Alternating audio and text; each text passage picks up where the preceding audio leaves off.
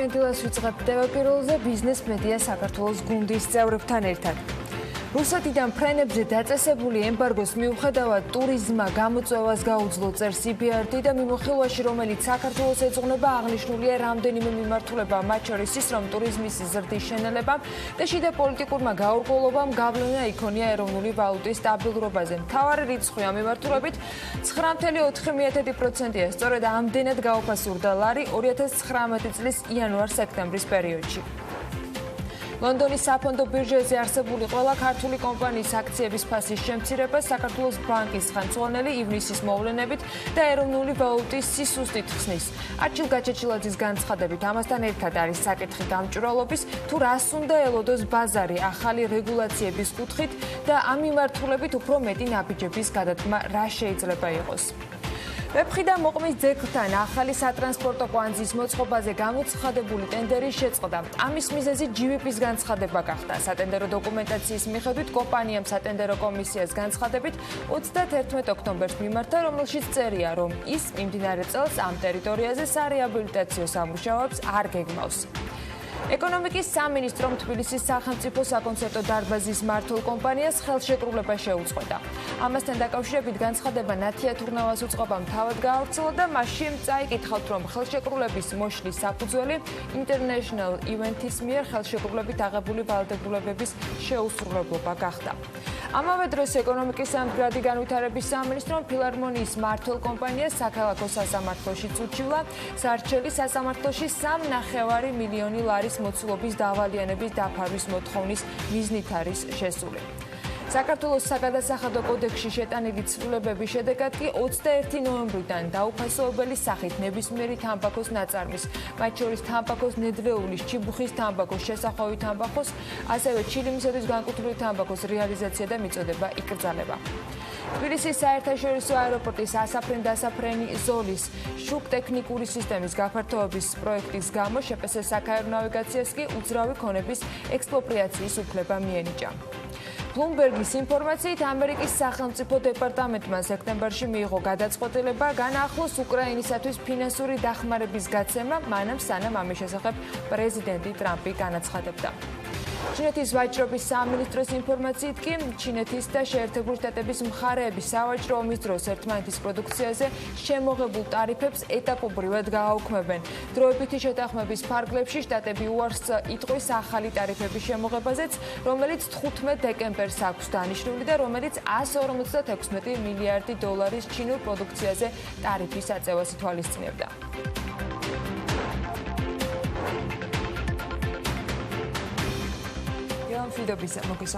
დილა მშვიდობის ყველას მოგესალმებით. მე გიორგი ისაკაძე ვარ, ანა ლაპიაშვილთან ერთად მაქვს პატივი წარმოგიდგინოთ 11 ნოემბრის საქმიანი დილა.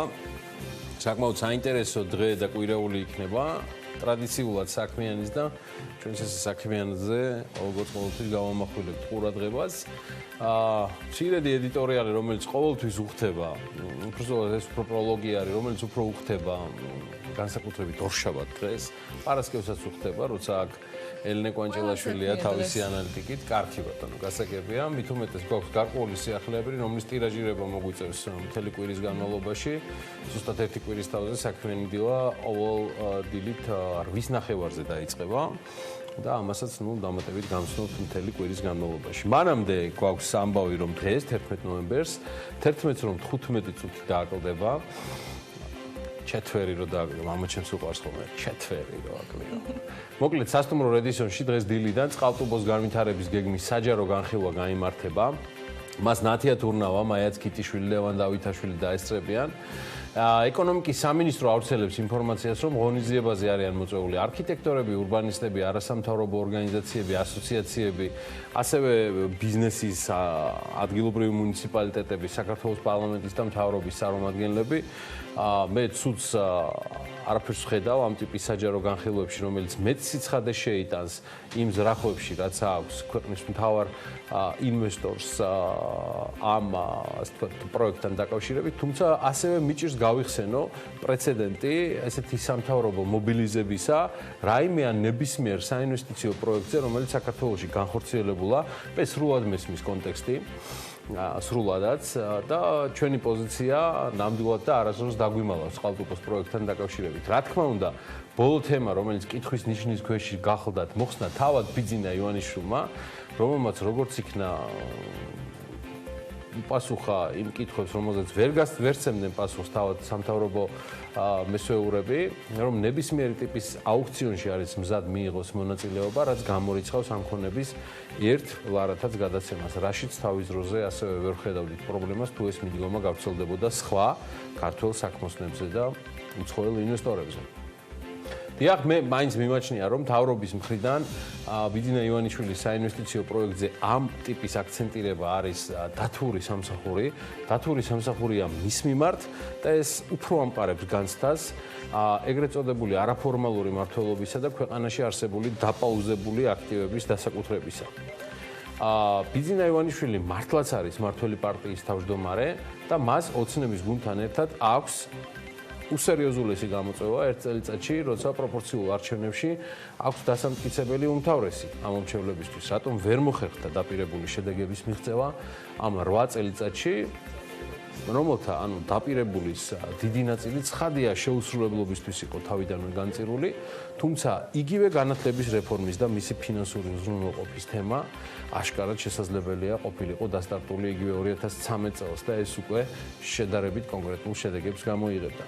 განათლებაზე და ბიძინა ივანიშვილის ოჯახის მძღვენზე ამ სექტორის მიმართ საქართველოსთვის ოდნავ მოგვიანებით, მანამდე ისევ წყალტუბო და საქართველოს მთავრობის წიაღსვლები, რომელიც დარწმუნებული ვარ, გუნდის შიგნით გამართლებულია ამ პროექტის მასშტაბურობის და პერსონიფიცირებული წარმოწევით, რაც როგორც გითხარით, რბილად რომ ვთქვა, ცალსახად კონტრპროდუქტიული იქნება და მიღმა იმისა, რომ ეს პროექტი იყოს ბიზნესისთვის საერთო შეთავაზება ხედვის და პროექტის დიზაინის წარმოდგენით, მე იმედი მაქვს, სწორედ ამას ისე ვთქვათ, დაეთმობა დღევანდელი საჯარო განხილვა.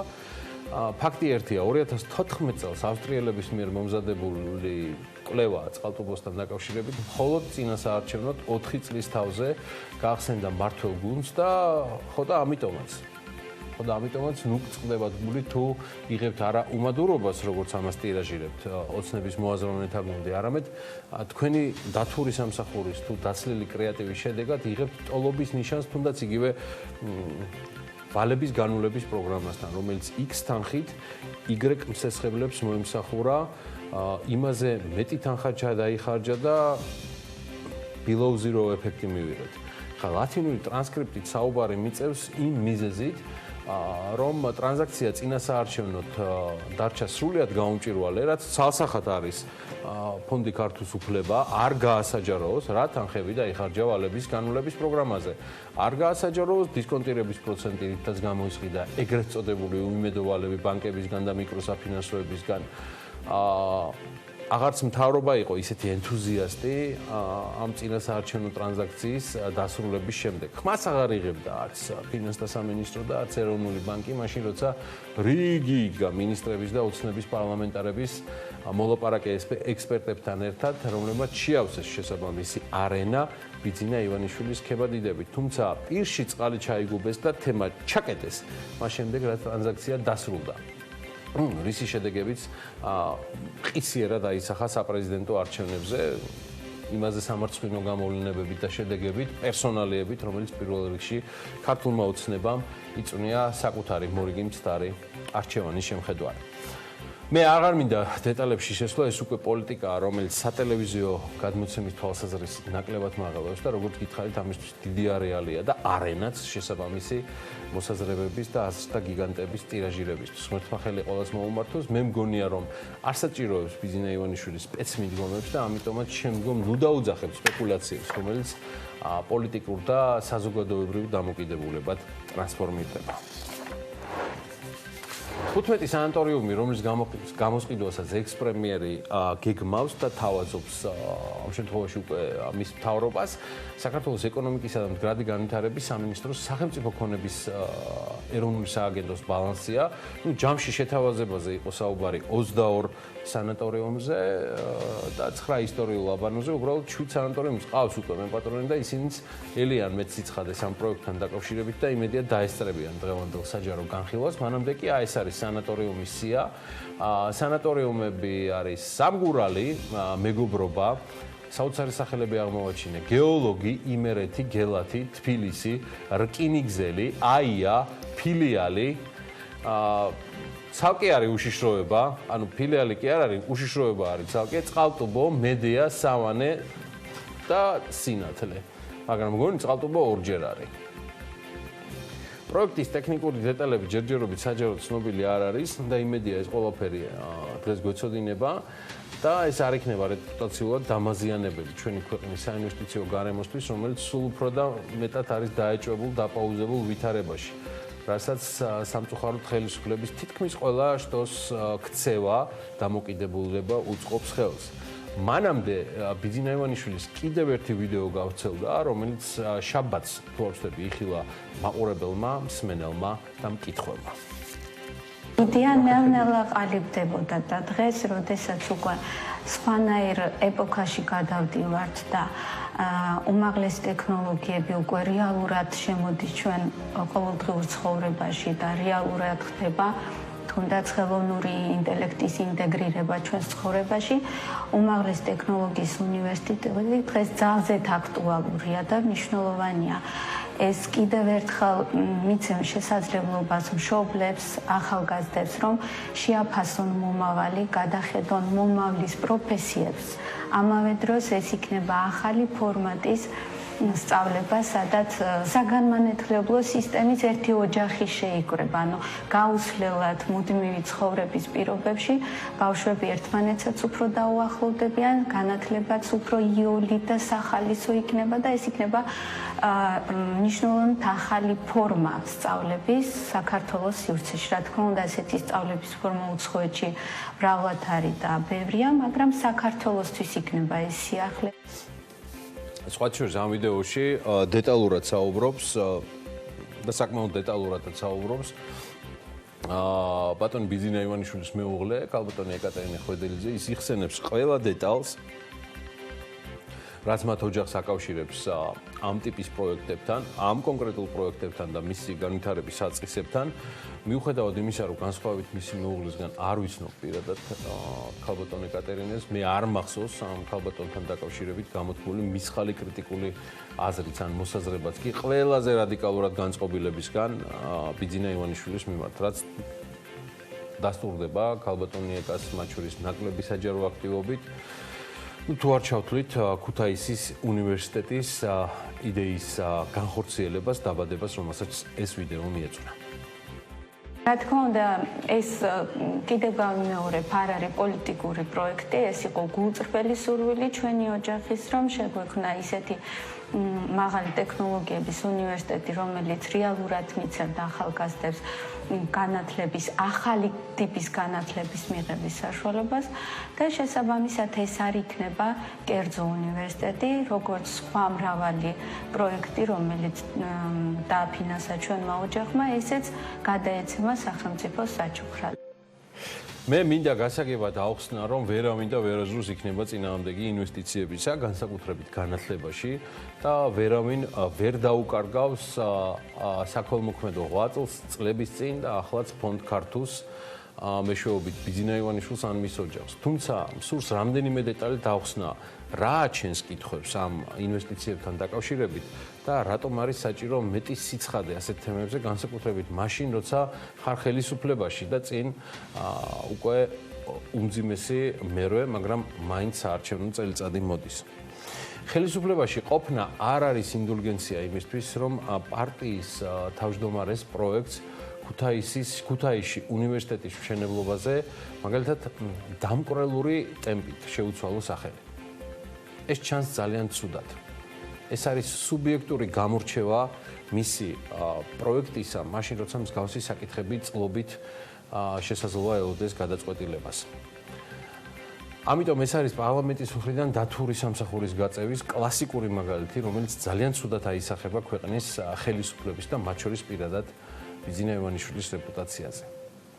მეორე, ხელისუფლებაში ყოფნა არ არის ინდულგენცია იმისთვის, რომ სურვილი გამოთქვა დააფინანსო მასშტაბური ინფრასტრუქტურული ფაგლახ, რომ ესეც ვერ მოიფიქრეს. დააფინანსო კონკრეტული ქალაქის ან დაბის რეაბილიტაცია მისი უმთავრესი აქტივების შეძენის ფასად. სადაც კონკურენციის გაწევის შანსი სხვა ბიზნესების და ინვესტორების მხრიდან არის ნულის ტოლები. მთავრობის მხრიდან სასწრაფოდ ჩანიშნული გამოხმაურება და დღევანდელი საჯარო განხილვა ასევე მიმოჩნია, რომ არის დათური სამსახურის გაწევა კონკრეტულად ერთი პიროვნებისა და მისი ინტერესის მიმართ გააკეთოს კარგი საქმე, თუმცა სრულიად ბუნდოვანია ბიზნეს მოდელი. როგორ მოხდება ამაში სხვა ბიზნესების ინტეგრირება? შესაძლოა ეს იყოს აბასთუმნის მოდელის მსგავსი თემა, როცა მოხდა დაკავშირება კონკრეტულ ბიზნესებთან და მათ მეპატრონეებთან ადგილობრივი ინვესტიციებისთვის აბასთუმანში. ასე რომ წყალტუბო და მისი სამწლიანი რეაბილიტაციაც უფრო მეტად იქცა ჯერჯერობით პოლიტიკურ ტვირთად, ვიდრე საინვესტიციო ქველმოქმედებად მემოპატიეთ, რასაც ტერმინოლოგიური და ჩემი აზრით აზრობრივი კონფლიქტიც აქვს საბოლოო დანიშნულებასთან. ეს შესაძლოა საინტერესო ჟღერს ქართული ოცნების მოაზროვნეებისთვის, მხარდამჭერებისთვის, მაგრამ ეკონომიკა, რომელიც ქართული ოცნების ლიდერშიპის წარმომადგენლებს ზუსტი მეცნიერება ეგონათ, ის არ ცნობს კლასიკური გაგებით საქველმოქმედო ინვესტიციას. ის აღიარებს ინვესტიციას კლასიკური მოთხოვნა მიწოდების საფუძველზე მოგება ზარალს, რომლიდანაც მეტწილად მოგება მომდინარეობს უკვე სოციალური პასუხისმგებლობის პროექტები და რა თქმა უნდა ცალკე აღებული ქველმოქმედებას და მე არ მახსოვს არც ერთი შემთხვევა, ვიდრე ივანიშვილი შემოვიდოდა პოლიტიკაში, თუნდაც მის ქველმოქმედებაზე აუგად თქმული. ამიტომ ხელისუფლებაში და მესამე ნაწილი არ შეიძლება ყოფნა იქცეს ინდულგენციად სხვადასხვა აქტივების შესაქმნელად, რომელსაც შემდგომ გადასცემ მთავრობას. გადასცემ ბალანსზე, მაგრამ ამის მიღმა უკვე იწყება ის რეალობა, რაც მაგალითად ფაქტად მივიღეთ ბლექსი არენასთან დაკავშირებით. არჩეულებრივი დარბაზი, რომელიც დღეს სახელმწიფო საკუთრებაა, ოღონდ თითოეული ჩვენთაგანი, გადასახადის გადამხდელები, კარგახანია ვართ წილში იმ ხარჯებისა, რაც თანაინვესტირების ფონდის და პირადად ბიზნესა ივანიშვილის საჩუქრის და ძღვენის სახით მივიღეთ ამ დარბაზის სახით. მეტიც, ჩვენ კარგახანია ვართ წილში მაგ დარბაზში მოწვეული ყველა მომღერლის და არაჩვეულებრივი შემსრულების დაფინანსებაში, რომელთა ხარჯების 70-80%-ს იხდის სახელმწიფო ბიუჯეტი. იხდის სახელმწიფო ბიუჯეტი, გადასახადის განმხდელები. ჩვენ. ჩემი თხოვნაა, რომ ეს შეგონება და მოსაზრება მიიღოთ საღად, საქმიანად, ყოველგვარი ქვეტექსტების გარეშე. მე ჩემს კოლეგებთან ერთად არათუ კარგად მაქვს გააზრებული თუ ვინ გვიყურებს ან აკონსპექტებს ჩვენს მოსაზრებებს, არამედ სწორედ ამიტომაც ვაკეთებთ ამას, რომ ნაპოვნი იყოს უკეთესი გამოსავალი და არა ყოველთვის პოლიტიკურად სუბიექტური, რომელიც საბოლოო ჯამში დათვლით, ფულში გამოხატული არის ზარალიანი. მინუსში ამყოფებს ისედაც დიდ ფინანსურ მინუსში მყოფ ჩვენს ქვეყანას და მეორეს მხრივ რეპუტაციულად საბოლოოდ ანგრევს მას, რადგან ბოლომდე ჩდება განცდა, რომ აქაური მთავრობა პარლამენტით საკუთარი არც თუ მწყობრად დაგეგმილი მოქმედებებიდან გამომდინარე დადასტურებულად მხოლოდ ერთ ინვესტორს ემსახურებიან დროულად და ხარისხიანად. რადგან ეს არის მათი პოლიტიკური მოცემულობაც და სამწუხაროდ ესეც ფაქტების დონეზე ვიცი პოლიტიკური კონფორმიზმიც. მიიღეთ საქმიანად ერთად ჩვენი დღევანდელი პროლოგი და მოდი ერთად ვიფიქროთ უკეთეს გამოსავალზე ქვეყნისთვის. ამისთვის არსებობს საქმიანი დილა და BMG-ის ყველა საქმიანი ეთერი, საქმიანები და საქმიანი ცალსახად, რომელიც ძალიან ბევრ სიახლეს გპირდებათ. ვიკოგებით სიახლეებზე და იმედია დილიდან აყვება ქვეყანაც ამ ფეხულში. მანამდე სიახლე არის ის, რომ მთელი კვირის განმავლობაში გაიგებთ, რომ საქმიანი დილა შემდეგი ორშაბათიდან უკვე დილის 8 ნახევარზე მოგესალმებათ. დიახ, ასე გადაწყდა ჩვენს პარტნიორებთან, TV პირველთან შეთანხმებით და ჩვენი საქმიანი დილა დაიწყება ყოველდღიურად 8 ნახევარზე და მივა 11-მდე.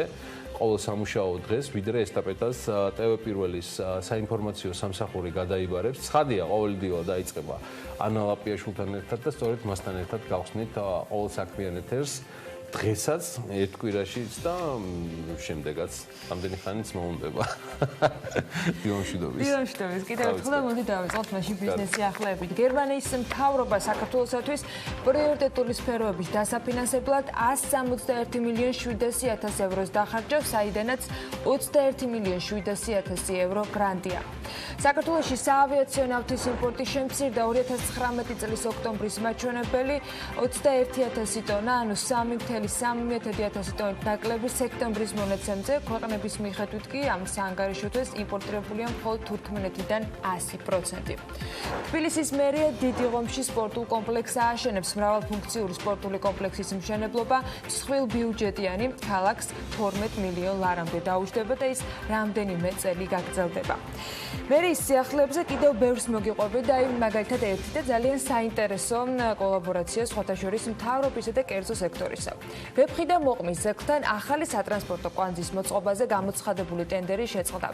ამის მიზეზი გახდა GVP-ის განცხადება, როგორც სატენდერო დოკუმენტაციაში ნახავთ, კომპანიამ სატენდერო კომისიას განცხადებით მიმართა 31 ოქტომბერს, რომელშიც ჩაწერა, რომ ის წელს ამ ტერიტორიაზე სარეაბილიტაციო სამუშაოებს არ აპირებს. ამ გარემოებიდან გამომდინარე კი GVP მიზანშეწონილად მიიჩნევდა, რომ ტენდერი შეწყვეტილიყო. შესაბამისად, სატენდერო კომისიამ ახალი სატრანსპორტო კვანძის მოწყობაზე ეს ტენდერი შეწყვიტა. თუ იმას გავითვალისწინებთ, რომ GVP მარშალ-გელოვანის გამზირზე წყალსადენი წყალარინების რეაბილიტაციას წელს არ აპირებს, ახალი კვანძის მოწყობაზეც ტენდერი შესაბამისად მომავალ წლამდე არ გამოცხადდება. შესაბამისად, ვეფხი და მოყმის ზეგლთან ეგრეთ წოდებული დაკიდული ხიდების აშენების ბედი კვლავ გაურკვეველი რჩება. თბილისის მერიამ ვეფხი და მოყმის ზეგლთან ახალი სატრანსპორტო კვანძის მშენებლობაზე ჯერ კიდევ ოქტომბერში გამოაცხადა ტენდერი, რომელიც როგორც გითხარით, ახლა შეჩერებულია. სატენდერო კომისიაში განცხადებები 28 ოქტომბრამდე იყო მისაღები, შესყიდვის სავარაუდო ღირებულებად კი 21 მილიონ 694.083 ლარი სახელდებოდა. როდის ჩაინიშნება განახლებული პირობებით ტენდერი და ბოლოს იქნება თუ არა რაიმე სახის ისეთი კომუნიკაცია თბილისის მერიას და კერძო კომპანიას შორის, რომ ჯერ ტენდერი არ გამოაცხადონ და შემდეგ არ შეწყვიტონ, ეს არ ვიცით. მიუხედავად იმისა, რომ თბილისის მერია GVP-სთან აქტიურად მუშაობს სხვადასხვა პროექტებზე, მათ შორის ეს სამუშაოები ეხება როგორც ჭავჭავაძის გამზირზე მიმდინარე სარეაბილიტაციო სამუშაოებს, ისე ამ დრომდე დაუსრულებელ და ბოლომდე ვერ გახსნილ გზაზე, რომელიც დედაქალაქს აეროპორტთან აკავშირებს და შესაძლოა კახეთის გზატკეცილზე ვსაუბრობთ. მოკლედ ნახოთ, გამოჩნდება კომპანია როდის გადაწყვეტს, რომ თბილისის მერიას მისცეს უფლება გააკეთოს ის პროექტი, რომელიც რამდენიმე თვის წინ არის დაანონსებული. ამასობაში მდინარე ვერეს ხეობის მეორე ნაპირი მზიურ საფეხმავლო ხიდით უნდა დაუკავშირდეს. ეს კიდევ ერთი პროექტია და ამასთან დაკავშირებით საპროექტო სახარჯთაღრიცხვა დოკუმენტაციის შედგენის მომსახურების შესყიდვის მიზნით გამოცხადებულ ტენდერში გამარჯვებული გამოვლენილია. ამ ეტაპზე ხელშეკრულების მომზადება მიმდინარეობს.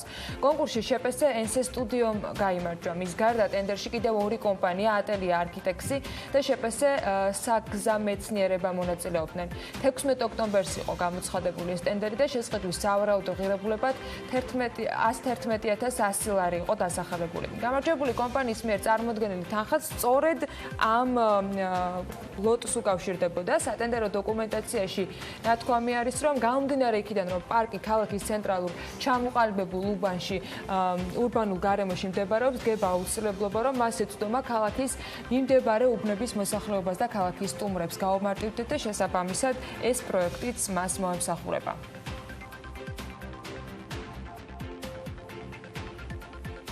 საქართველოს ეკონომიკის მდგრადი განვითარების სამინისტრომ კი სახელმწიფო კონების ეროვნული სააგენტოს თავმჯდომარის ბრძანების საფუძველზე შეპესე International Events-თან არსებული ხელშეკრულება შეწყვიტა და ამჟამად თბილისის სახელმწიფო საკონცერტო დარბაზის 100%-იანი წილის მართვის უფლების გადაცემის სახელმწიფოსათვის დაბრუნების შემდგომი პროცედურები დაიწყო.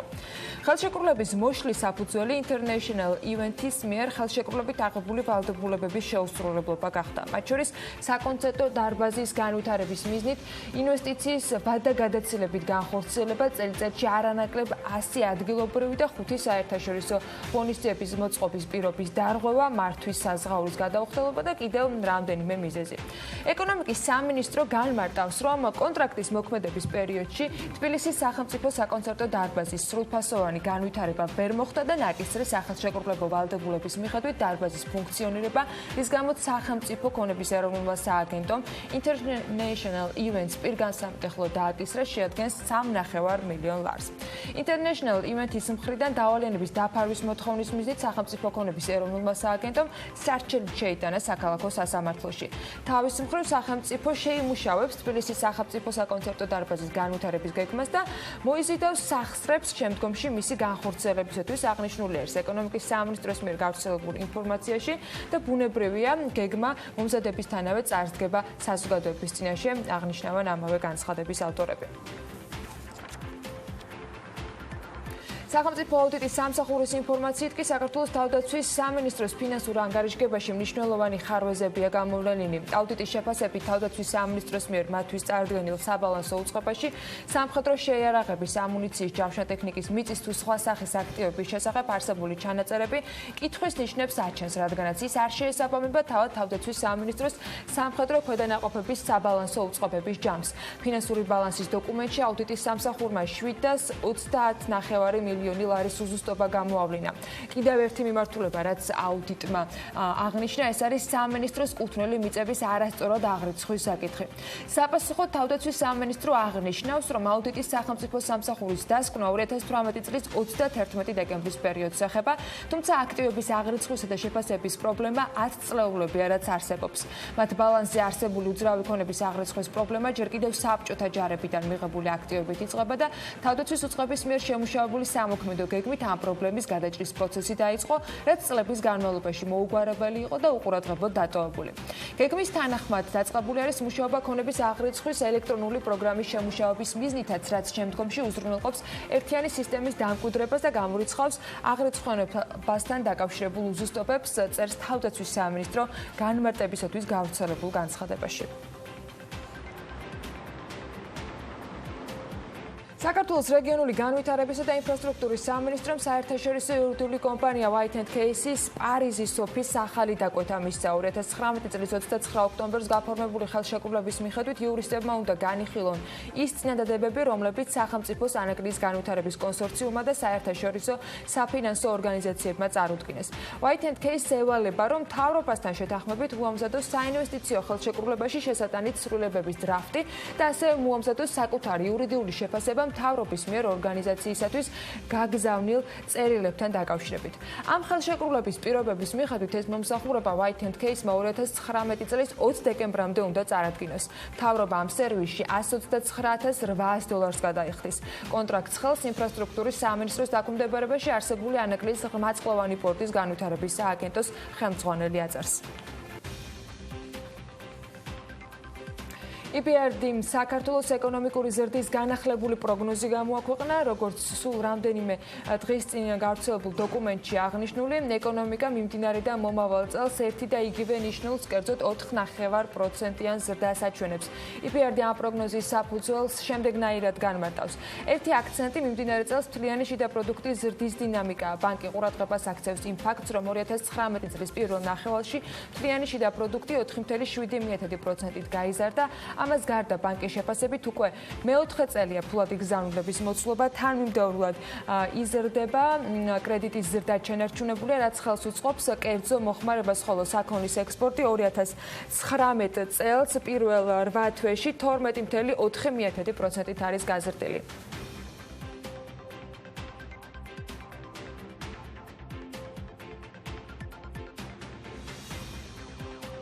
საქართველოში საავიაციო ნავთის იმპორტი შემცირდა 2019 წლის ოქტომბრის მაჩვენებლით 21,000 ტონას 3,3 ტონით ნაკლებია სექტემბრის მონაცემზე. ქვეყნების მიხედვით საანგარიშო თვეს იმპორტირებულია მხოლოდ თურქმენეთიდან 100%. წლის იანვარ-ოქტომბრის პერიოდის იმპორტმა კი შეადგინა 83,000 ტონა, რაც 600 ტონით ნაკლები არის გასული წლის ანალოგიურ მაჩვენებელზე. საავიაციო ნავთის იმპორტის კვლევა უკავშირდება საქართველოს-რუსეთის ავიარეისების შეჩერებას, რომ არა რუსეთის მხრიდან ფრენების აკრძალვა, წლის დასაწყისიდან დაწყებული იმპორტის ზრდის პოზიტიური ტენდენცია კვლავ გაგრძელდებოდა, განმარტავენ ნავთობპროდუქტების იმპორტიორთა კავშირში. საუდი არამკოს აქციების ფასი კი 5 დეკემბერს გახდება ცნობილი. კომპანიის მიერ გავრცელებულ დოკუმენტში აღნიშნული არის, რომ სწორედ ამ დღეს უნდა გავიგოთ რა მოცულობის აქციებს განათავსებს კომპანია ბირჟაზე გასაყიდად. როგორც ცნობილია, წესების მიხედვით კომპანია პირველადი განთავსების შემდეგ აქციებს დამატებით კიდევ მომდევნო 6 თვის განმავლობაში ვეღარ განათავსებს. ამასთან მის აქციონერს, ანუ სახელმწიფოს არ ექნება უფლება პირველი ლისტინგიდან 12 თვის განმავლობაში დამატებით გაყიდოს აქციები. აქვე დაზუსტებულია, რომ საცალო ინვესტორების მიერ შესაძლებელი აქციების ოდენობა არ უნდა აღემატებოდეს აქციების 9%-ს, ხოლო ინსტიტუციონალური ინვესტორებისათვის ლიმიტს კომპანია განსაზღვრავს. მოსალოდნელია, რომ საუდი არამკო გახდება მსოფლიოში ყველაზე დიდი კაპიტალის მქონე კომპანია, რომლის შეფასებაც ნავარაუდევია, რომ 1,9 ტრილიონი დოლარი იქნება. და ჩვენც ერთ-ერთ ყველაზე სენსიტიურ საკითხზე ნავთობზე და მის ფასებზე უნდა გავაგრძელოთ საუბარი. ადგილობრივადაც საინტერესო სიახლეები გველოდება, როგორ შეიცვალა საერთაშორისო და საქართველოს ბაზრებზე საწვავის ღირებულება და რა ფაქტორებმა იქონიეს მასზე ყველაზე დიდი გავლენა. ლევან თაღიაშვილი შემოგვიერთდება ტრადიციულად მიმოხილვით საქმიანი დილის ეთერში. ლევან, დილა მშვიდობისა. დილა მშვიდობის, ანა მევსალმები ჩვენს მაყურებელს. ნავთობის ბირჟებზე დიდი რყევები გასულ კვირას ნამდვილად არ გქონია. 7 დღის განმავლობაში ნიუ-იორკის ბირჟაზე ბარელი ნავთობის ფასმა თითქმის $9.5-ით მოიმატა. ნახეთ ზიგზაგური მოძრაობა და დოლარიანი ვარდნაც, თუმცა ბლუმბერგის მონაცემებით ამჟამინდელი ფასი ნიუ-იორკში $47 და 24 ცენტია. ტრენდი რა თქმა უნდა იგივე იყო ლონდონში, სადაც უკეთესი ხარისხის ნავთობი იუაჭრება, თუმცა აქ მატება 1 კვირის ჭრილში მხოლოდ 30 ცენტია. ლონდონში ამჟამად ბარელი ნავთობის ღირებულება $62.5-ია. რაც შეეხება სიახლეებს საერთაშორისო ბაზრებზე, გარდა იმისა, ანა რაც ჩვენს მაყურებელს უკვე უთხარი, მთავარ ყურადღება კვლავ სავაჭრო ომის გარშემოა გამახვილებული. ბოლო მონაცემებით ორი ქვეყანა მომდევნო შეთანხმებას დეკემბერში დადებს. გარდა ამისა, საუდი არამკო უმსხვილესმა არაბულმა კომპანიამ ჩინელ იმპორტიორებთან დამატებითი შეთანხმება დადო და აზიის მიმართულებით უფრო მეტ ნავთობს გაიტანს. გარდა ამისა, ბლუმბერგი წყაროზე დაყრდნობით წერს, რომ ოპეკი უფრო მეტად არ შეამცირებს მოპოვებას და ვენაში მომდევნო შეხვედრისას ეს საკითხი არ განიხილება. როგორც ჩანს, ასევე არ განიხილება საქართველოში ბენზინის ფასების ცვლილება, რადგან უკვე 3-4 კვირა ღირებულება არც ერთ ნავთობ კომპანიაში არ იცვლება. 5 ძირითადი კომპანიიდან არც ერთი არ აპირებს, როგორც ჩანს, ფასები დაწიოს, რაშიც დიდი ალბათობით ლარის კურსი გადამწყვეტ როლს თამაშობს. All-News-ის ინფორმაციით ყველაზე იაფად საწვავის შეძენა კვლავ ლუკოილში შეგიძლიათ. პრემიუმის ტიპის ბენზინი $2.59, იქვეა რეგულარის, რომლის ღირებულებაც $2.45. მადლობა ლევანს, რომელსაც არ ვემშვიდობებით და ის დაგვიბრუნდება რამდენიმე წუთში, თუმცა იქამდე ამიდის პროგნოზს უნდა გავესწროთ. გარემოს ეროვნული სააგენტო გვატყობინებს, რომ ამიდი კვლავ განპირობებული იქნება კასპიის ზღვის აღმოსავლეთიდან მოქმედი ცივი ჰაერის მასების და სამხრეთიდან გავრცელებული თბილი ჰაერის მასების ურთიერთქმედებით. მოსალოდნელი არის დრო გამოშვებით ღრუბლიანობის მომატება, უმეტესად უნალექოთ ჩაევლის დღე და იქროლებს აღმოსავლეთის მიმართულების ქარი. აი ასეთი ამიდი იქნება დღეს 11 ნოემბერს მთელი ქვეყნის მასშტაბით. ქალაქების მიხედვით როგორ ტემპერატურას უნდა ამას გრაფიკაზე ნახავთ, შემდეგ გადავხედავთ თქვენების განრიგს და მცირე სარეკლამო პაუზის შემდეგ დაგიბრუნდებით მიმოხილვით.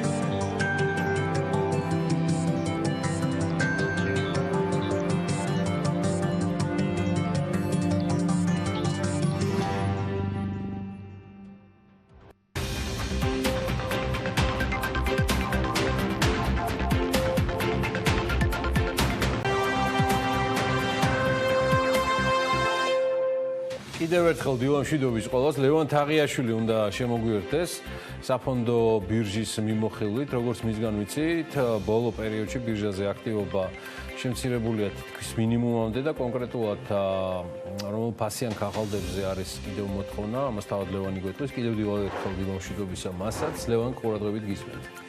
იყო პერიოდი, როდესაც საქართველოს საფონდო ბირჟაზე მსხვილი გარიგებები აქტიურად იდებოდა. ეს დაახლოებით სექტემბერი-ოქტომბრის შუა რიცხვებში ხდებოდა, თუმცა ბოლო 2-3 კვირა ბირჟა ფაქტობრივად უმოქმედოა.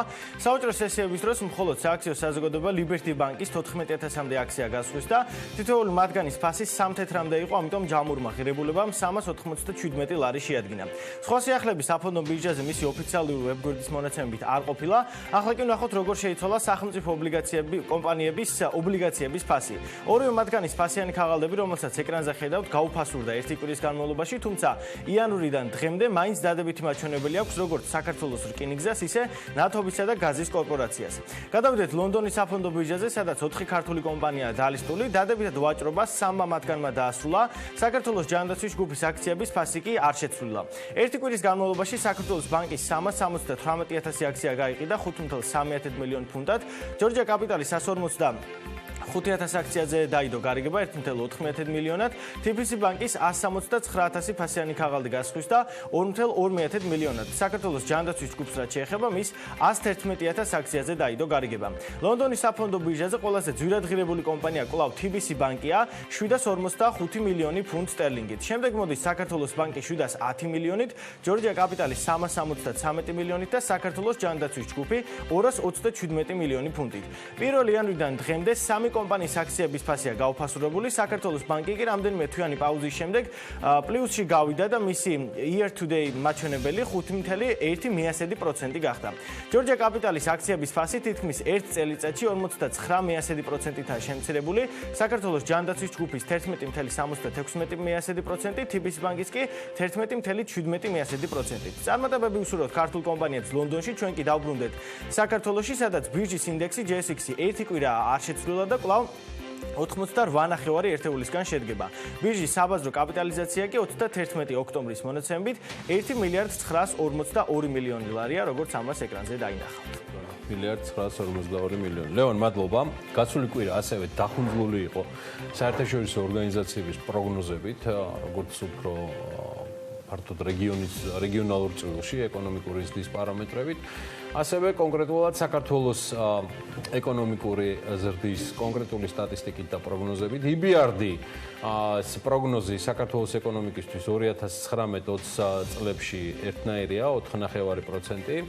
ეკონომიკური ზრდა პარასკევსვე ასევე ჩაატარა საერთაშორისო სავალუტო ფონდმა ძალიან საინტერესო შეხვედრა. იქ ცენტრალური აზიისა და კასპიის ქვეყნების რეგიონალური მიმოხილვა იყო წარმოდგენილი. პარასკევსვე გვინდოდა ეს ამბავი, რომ თქვენთვის წარმოგვედგინა. სამომე მეცხვარეშვილი მზად იყო ამ ყველაფრისთვის, სწორედ ის გვერდება ახლა პირდაპირ ეთერში. იგი მეც გვეტყვის, რა პროგნოზები აქვს ასევე საერთაშორისო სავალუტო ფონდს ჩვენს რეგიონთან დაკავშირებით, სახედავს მთავარ გამოწვევებს თან იმის ფონზე, რომ პარასკევს არ დაგვაცალეს ამაზე საუბარი ცნობილი მოვლენების გამო. ხო და აი ახლა შეგვიძლია ერთად ვიცეკვოთ ჩემო სალომე. დილამშვიდობის და გისმით. დილამშვიდობის. ცეკვის რა მოგახსენოთ, მაგრამ IMF-ის პროგნოზებზე აუცილებლად მოგიყვებით. მოკლედ მიმოვიხილოთ სავალუტო ფონდის წარმოდგენილი პრეზენტაცია 2019-20 წლებში სავალუტო ფონდი ცენტრალური აზიისა და კავკასიის რეგიონში მშპ ზრდის პროგნოზს არ ამცირებს, პირიქით 0.3% ზრდის და 4.5%-იან ეკონომიკურ ზრდას ელოდება. ჩვენი რეგიონისგან განსხვავებით IMF-მა მიმდინარე წელს შემცირების მიმართულებით სოფლიოს ეკონომიკური ზრდის პროგნოზს გადახედა. საერთაშორისო სავალუტო ფონდი 2019 წელს სოფლიოში 3%-იან ეკონომიკურ ზრდას ელოდება, რაც ბოლო 10 წლეულის განმავლობაში ყველაზე დაბალი მაჩვენებელია.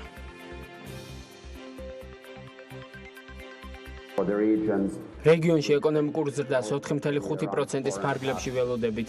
ქვეყნების მიხედვით ეს მაჩვენებელი მცირედი ცვალებადია. მაგალითად, ნავთობისა და გაზის ექსპორტიორებში ყველაზე სუსტი ზრდა აზერბაიჯანშია მოსალოდნელი. სოფლიო ეკონომიკისგან განსხვავებით მთლიანად რეგიონის ეკონომიკური ზრდა არ შევამცირეთ სხვადასხვა ფაქტორების გამო, რომლებმაც ხელი შეუწყოს მთლიანი შიდა პროდუქტის ზრდას. მაგალითად ესენია ფისკალური სტიმულების არსებობა და მონეტარული პოლიტიკის შემცირება რიგ ქვეყნებში. ძირითად ქვეყნებში შემცირებულია მონეტარული პოლიტიკის განაკვეთები, გამონაკლისი საქართველო და ყაზახეთი იყო, სადაც მონეტარული პოლიტიკის განაკვეთები გაიზარდა, იმისთვის რომ ინფლაცია უკეთესად გაკონტროლებულიყო. გარდა ეკონომიკური ზრდის პროგნოზისა, საერთაშორისო სავალუტო ფონდი ცენტრალური აზიისა და კავკასიის რეგიონისთვის მთავარ გამოწვევებსაც ასახელებს და ქვეყნების მთავრობებს რეკომენდაციებს აძლევს. რეგიონისთვის მთავარ გამოწვევად ნავთობის ფასებთან დაკავშირებული გაურკვევლობა და სავაჭრო დაძაბულობა სახელდება, მათ შორის ამერიკის შეერთებულ შტატებსა და ჩინეთის სავაჭრო ომი. სავალუტო ფონდის პრეზენტაციაში ხაზი გაუსვეს საქართველოში ვადაგადაცილებული სესხების დაბალ დონეს, რაც რეგიონის სხვა ქვეყნებისთვის პრობლემურ საკითხად რჩება, ასევე ხაზი გაესვა, რომ საქართველოში მცირე და საშუალო ბიზნესისთვის ფინანსური ხელმისაწვდომობა უფრო მაღალია ვიდრე სხვა ქვეყნებში. ასევე ითქვა, რომ საქართველოს კარგი პოზიცია უჭირავს მსოფლიო ბანკის ბიზნესის კეთების რეიტინგში, რაც რეგიონის სხვა ქვეყნებისთვის ასევე პრობლემას წარმოადგენს. სალმე, მიუხედავად იმისა, რომ საქართველოს დადებით კონტექსტში რამდენჯერმე ახსენეს ამ პრეზენტაციაზე, ჩანს, რომ მაჩვენებლები საკმარისი არ აღმოჩნდა საიმსოდ, რომ აიღებს მომდევნო წლის ეკონომიკური ზრდა მინიმუმ იმავე ნიშნულზე დაეტოვებინა, რაც წინასწარ ჰქონდა ნათქვამი, რადგან გვახსოვს, რომ სავალუტო ფონდმა გადახედა მომავალი წლის ეკონომიკური ზრდის პროგნოზსაც, მაგალითად საქართველოსათვის 9.5%-ით 4.3%-იან ნიშნულამდეა შემცირებული ეს მაჩვენებელი. დიახ, რეგიონში მშპ ზრდის პროგნოზი გაიზარდა, საქართველოსთვის კი შემცირდა არის ერთ-ერთ ფაქტორადაც საგარეო შოკები დასახელდა, თუმცა უნდა ვთქვათ ისიც, რომ მხოლოდ საგარეო შოკები ვერ იქნება არგუმენტი, რადგანაც საგარეო შოკები ჩვენს რეგიონშიც არის, არადა ვხედავთ, რომ ეკონომიკური ზრდის პროგნოზი გაიზარდა. გალთენ თაგარტის ეკონომისტი ეკონომიკური ზრდის შემცირების ერთ-ერთ მიზეზად საქართველოში ეროვნული ბანკის მიერ მონეტარული პოლიტიკის გამკაცრებას ასახელებს.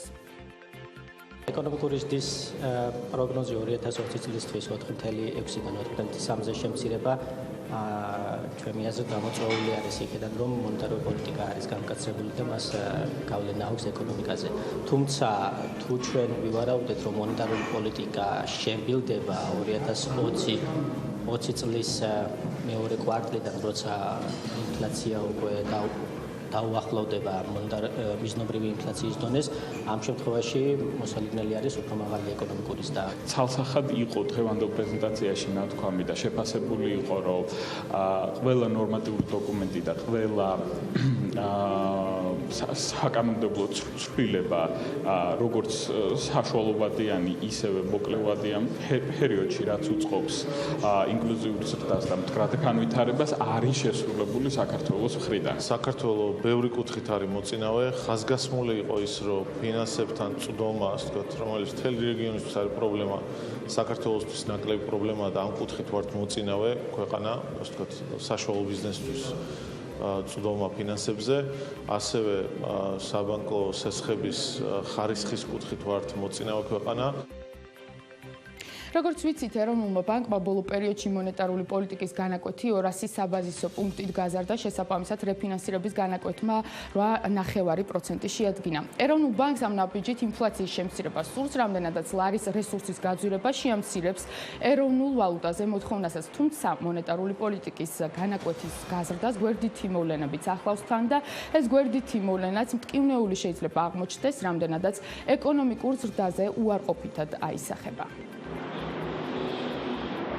ნებისმიერი რეფინანსირების განაკვეთის ზრდა უარყოფითად მოქმედებს ეკონომიკურ ზრდაზე. თუმცა მიზანი ამისი, როგორც ეროვნულ ბანკმა აგვიხსნა, არის ინფლაციის გაზრდილი ინფლაციის შემცირება. კიდევ ერთი მიზეზი, რამაც ეკონომიკური ზრდის შემცირება შეიძლება გამოიწვიოს, პირდაპირი უცხოური ინვესტიციების კლებაა და სახარბიელო მდგომარეობა საქართველოს არც ამ მიმართულებით აქვს. მეორე კვარტალში 54%-იანი კლება დაფიქსირდა FDI-ში. საქართველოს ბანკის გენერალური დირექტორი ამბობს, რომ პირდაპირი უცხოური ინვესტიციების შემცირება ნაწილობრივ რამდენიმე მსხვილი პროექტის დასრულებასთან იყო დაკავშირებული. პირდაპირ უცხოური ინვესტიციების შემცირება ნაწილობრივ იყო რამოდენიმე მსხვილი პროექტის დასრულებასთან დაკავშირებული, ნაწილობრივ შეიძლება იყოს დაკავშირებული იმასთან, როგორც აქციების ფასმა მოიკლოს, შეიძლება სხვა ინვესტორებიც შეიძლება შეჩერდნენ. თუმცა ჯამურად ინვესტიციების ოდენობა ქვეყანაში არ არის შემცირებული და ეს ძირითადად არის შიდა ინვესტიციების ზრდის ფონზე. 2016 წლის რეფორმა, რომელიც გაკეთდა, ამ რეფორმამ დატოვა 600-700 მილიონი ლარი კერძო კომპანიებში, რომლებიც მოგებას აგენერირებენ და ეს თანხა არის ფაქტიურად კაპიტალი კერძო ქართული კომპანიებისთვის იმისთვის, რომ ინვესტიციები გააგრძელონ და ამიტომ შარშანას და წელსაც იურიდიულ პირებში ვხედავთ საკმაოდ დიდ აქტიურობას ინვესტიციების კუთხით. პირდაპირ უცხოური ინვესტიციების კლებასთან ერთად 2019 წლის დასაწყისიდან ქართული კომპანიების აქციების ფასები ლონდონის საფონდო ბირჟაზე შემცირებულია. საქართველოს ბანკსა და ჯორჯიან კაპიტალის აქციები დაახლოებით 5%-ით არის გაუფასურებული, საქართველოს ჯანდაცვის ჯგუფის დაახლოებით 17%-ითაა შემცირებული, TBC ბანკის კი 15%-ით. ჩვენ დავინტერესდით, რა მიზეზებს ხედავს საქართველოს ბანკის გენერალური დირექტორი ქართული კომპანიების აქციების გაუფასურებაში. რამოდენიმე ძირითადი ფაქტორი შეიძლება გამოიყოს, მათ შორის ერთ-ერთი არის ივნისის მოვლენები და შესაბამისად ლარის სისუსტე. ამასთან ერთად გამჭირვალობა ინვესტორების ყოველთვის მნიშვნელოვანია, რას უნდა ელოდნენ ახალი რეგულაციების კუთხით და ამ მიმართულებით გამჭირვალობის კუთხით კიდევ მეტი ნაბიჯების გადადგმა შეიძლება. TBC ბანკის საქმე თუ შეიძლებოდა ყოფილიყო განსაზღვრელი ამ შემთხვევაში აქციების ფასის ქართული კომპანიების იმოქმედებდა თუ არა? დადებითად არ უმოქმედია ყოველ შემთხვევაში. ასეთი იყო შეფასებები საქართველოს ბანკის გენერალური დირექტორის სხვადასხვა საკითხებთან დაკავშირებით, რაც შეეხება IMF-ს და მის რეკომენდაციებს საერთაშორისო სავალუტო ფონდი ცენტრალური აზიისა და კავკასიის რეგიონის ქვეყნებში კონკურენტუნარიანობის ამაღლებაზე აკეთებს აქცენტს და აღნიშნავს, რომ ამისთვის საჭიროა პროდუქტიულობის ზრდა და სამუშაო ზალის კომპეტენციის ამაღლება. მადლობა საუბრობ მიმოხილვისათვის. ახლა კიდევ ერთი ძალიან საინტერესო ამბავი გვაქვს თქვენთვის მოსაყოლი და ბექაპაციკაძის მოგზაურობა გასაზიარებელი. საქართველოს საზღვრებში მიმდინარე და მომხდარი ამბებით რომ არ შემოიფარგლებით ეს არ ახალი. ამჯერად BMG კომპანია Greenway-ის მიწვევით ბელგიას ბრიუსელს სტუმრობდა, სადაც ძალიან მნიშვნელოვანი და პროდუქტიულ ტექნიკურ ინსპექტირების სფეროს ქართულ რეალობაში უპრეცედენტო ამბავს დაესწრო. Greenway-მ ძალიან მოკლე პერიოდში საერთაშორისო აღიარების მოპოვება მოახერხა და მსოფლიოს ერთ-ერთ ყველაზე მსხვილ ასოციაციას შეუერთდა. ეს ურთიერთობა ერთმნიშვნელოვნად წარადგება როგორც კონკრეტულად Greenway-ს, ასევე მთლიან რეფორმას, რომელიც საქართველოში სრულად 2019 წლის დასაწყისიდან ამოქმედა. მეტ დეტალს კი უკვე სიუჟეტში ნახავთ. BMG როგორც მიხვდით ამ ბიჭუნა და გამომდინარე ბრიუსელში ჩამოვიდა, სადაც ძალიან მნიშვნელოვანი ამბავი უნდა გავაშუქოთ. დადუ. ჩვენთან დარჩი აქ ჯერ არ ხდება მნიშვნელოვანი ამბავი ჩვენთვის ხდება უბრალოდ აქ, სადაც კომპანია Greenway რამდენიმე წუთში საერთაშორისო ასოციაცია SITA-ს სრულუფლებიანი წევრი გახდება, სერტიფიკატის გადაცემის ცერემონიალი ამ შენობაში. მალე დაიწყება, Greenway ერთადერთი ქართული კომპანია იქნება, რომელიც SITA-ს სრულუფლებიანი წევრობის სტატუსს მიიღებს. სწორ და ბევრ შრომას ყოველთვის მოაქვს შედეგი. Greenway საერთაშორისო ასოციაცია SITA-ს სრულუფლებიანი და მუდმივ მოქმედი წევრი გახდა. SITA თავის მხრივ აერთიანებს როგორც საჯარო, ისე კერძო სექტორის ორგანიზაციებს, რომლებიც ჩართულები არიან ავტომობილების სავალდებულო ტექნიკური ინსპექტირების და შესაბამისობის შეფასების სფეროში. როგორც Greenway-ის გენერალურმა დირექტორმა ვახტანგ ელბიტაშვილმა გვითხრა, გარდა სიხარულისა და სიამაყისა გრძნობენ უდიდეს პასუხისგებლობას, რომელიც 100%-ით გააზრებული აქვს, რომ მზად არიან ახალი გამოწვევებისთვის. ჩვენთვის ეს დიდი პატივია და დიდი პასუხისგებლობითა, ვინაიდან ჩვენ დღეს გავხდით სოფლიო დიდი ოჯახის წევრი, ტექინსპექტირების მოთამაშეების ამ ასოციაციაში გაერთიანებული არიან ჩვენი დარგის გიგანტები, როგორიც არის ჩვენი გლობალური პარტნიორი A+ და ჩვენთვის ეს დიდი პასუხისგებლობა, დიდი გამოწვევა არის და დარწმუნებული ვარ SITA-სთან ერთად ჩვენ ბევრ პოზიტიურ ცვლილებას მოვახდეთ საქართველოს რეალობაში. ორიოდ სიტყვა SITA-ს საქმიანობაზეც. მსოფლიო ასოციაცია უზრუნველყოფს ავტომობილების ტექნიკური ინსპექტირებისა და შესაბამისობის შეფასების სფეროში შესწავლისა და გამოკვლევების ჩატარებას. გამოსცემს საუკეთესო პრაქტიკაზე დაყრდნობით რეკომენდაციებს და სტანდარტებს, რასაც იყენებს როგორც წევრი ორგანიზაციები, ასევე პარტნიორი ორგანიზაციები. SITA ორგანიზებს კონფერენციებს და სემინარებს შემდეგი მიმართულებით: ტექნიკური ინსპექტირების მეთოდები, სტანდარტები და აღჭურვილობა, ხარისხის კონტროლი და აკრედიტაცია, ტრეინინგი ინსპექტორებისთვის და ასე შემდეგ. SITA-ს აღმასრულებელი დირექტორი ედუარდო ფერნანდესი კონკრეტულ შედეგებზე გვესაუბრა, რომელიც ტექნიკური ინსპექტირების სწორ და ეფექტურ რეფორმას მოაქვს. სიტა ამ ეტაპზე რამდენიმე პროექტს ახორციელებს, რათა გავზომოთ ავტომობილების ტექ ინსპექტირების გავლენა. ჩვენ გვაყოფილები ვართ იმ შედეგებით, რომელიც გვაქვს ამ მიმართულებით თურქეთში, კოსტა-რიკასა და ესპანეთში. თურქეთის შემთხვევაში გვაქვს 15%-იანი შემცირება ადამიანების სიკვდილიანობისა, რისი დამსახურება წლების განმავლობაში გავლილი ტექ ინსპექტირებებია. კოსტა-რიკაში 40%-იანი შემცირებაა ავტოსაგზაო შემთხვევების მიმართულებით, ხოლო ესპანეთში მოპედებისა და მოტოციკლების საგზაო შემთხვევებმა 18%-ით მოიკლო. ორგანიზაცია აღიარებულია ევროპის საბჭოს, გაეროს ეკონომიკური საბჭოს, მსოფლიო ჯანდაცვის ორგანიზაციის, ასევე მსოფლიო ბანკის გზებზე გლობალური უსაფრთხოების და სხვა ორგანიზაციების მიერ. Greenway-ის პარტნიორი კომპანია A+, რომელიც მსოფლიოს 70 ქვეყანაში მოღვაწეობს, ასევე სიტას მუდმივ მოქმედი წევრია. ბრიუსელში ჩვენ A+-ის საერთაშორისო პროექტების დეპარტამენტის დირექტორის მოადგილე ენრიკე ტარაციდოვასკესით ჩავწერეთ. სიტაში Greenway-ის წევრობა ძალიან მნიშვნელოვანია როგორც თავად კომპანიისთვის, ისე საქართველოს მოქალაქეებისთვის. იმიტომ რომ სიტა არის უდიდესი საერთაშორისო არაკომერციული ორგანიზაცია, რომელიც მსოფლიოს მასშტაბით ტექ ინსპექტირების სხვადასხვა პროგრამებს ახორციელებს. კომპანია კი ქართულ მომხმარებლებს უკეთეს ტექ ინსპექტირების სერვისებს შესთავაზებს. ეს კი საშუალებას მისცემს მათ გაუფრთხილდნენ თავიანთ ჯანმრთელობას და გარემოს, რომელიც ყველას ძალიან გვადარდებს. Greenway-ის ხელმძღვანელები გამოგვიწყდნენ, რომ 1 წლის წინ სრულიად წარმოუდგენელი იყო, რომ ბრიუსელში სიტას სათავო-ოფისს ეწეოდნენ და სრულფლებიანი წევრის სტატუსს მიიღებდნენ. თუმცა, როგორც თავში აღნიშნეთ, შრომას ყოველთვის მოაქვს შედეგი. BMG და Greenway ბრიუსელს ექსკლუზიურად და ამაყად ემშვიდობება. არც ევროპის დედაქალაქით დაგვრჩა ვალში და თავადაც გამოგვაცილა.